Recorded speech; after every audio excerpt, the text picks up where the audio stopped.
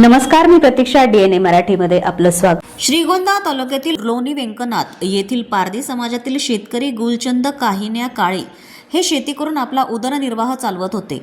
Shrigonda police ठाण्यात अनुसूचित जाती व जमाती अत्याचार प्रतिबंधक अधिनियमानुसार दाखल असलेल्या एका गुन्ह्याच्या संदर्भात सुदाम खोमणे, मधु खोमणे, जयसिंग खामकर, संपत मडके, इक्बाल पठाण, बंडू बोनगे, राजाबाबू नाळे, बाबूराव नाळे व शिवाजी बोनगे यांनी श्रीगोंदा न्यायालयात फौजदारी जामीन अर्ज दाखल केला होता. या अर्जाची समन्स गुलचंद काळे यांना बजावण्यात आली होती.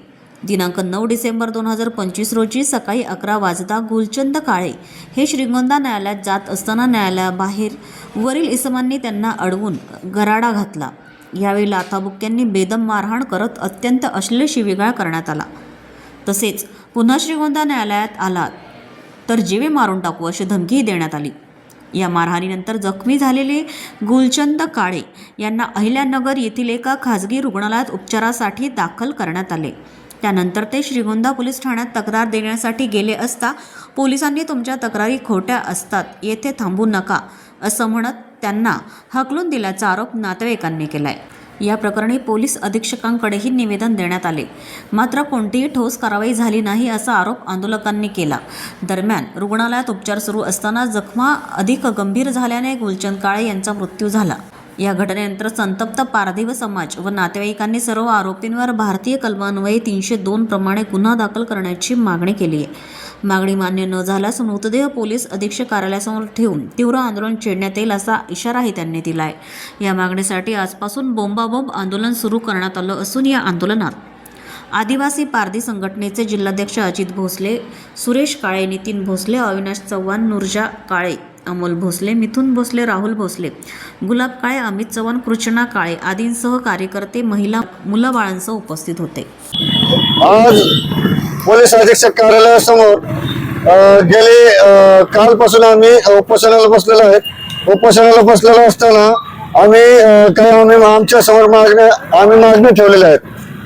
पोलीस अधीक्षक साहेबांसमोर आम्ही गेली 4-5 दिवसापासून काही महिला वगैरे आपलं पुरुष उपाशी आहेत आणि 4-5 दिवसापासून बॉडी सुद्धा आहे सिव्हिल हॉस्पिटलला, तरी कोणतीही दखल घेतली जात नाही.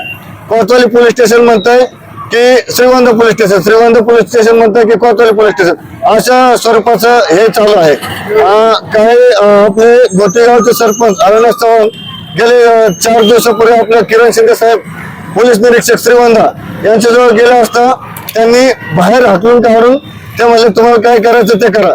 आमची एक विनंती आहे SP साहेबांना की माझी एक विनंती आहे संघटनेच्या वतीने की किरण शिंदे साहेबांची तातडीने त्यातून बदली करावी.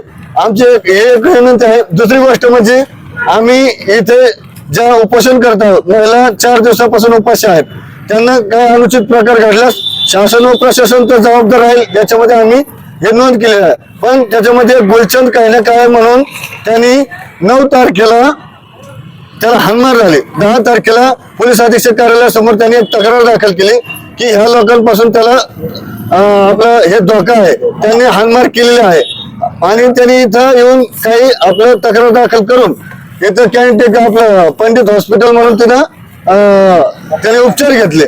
पण उपचारादरम्यान त्याचा ते मृत्यू झाला.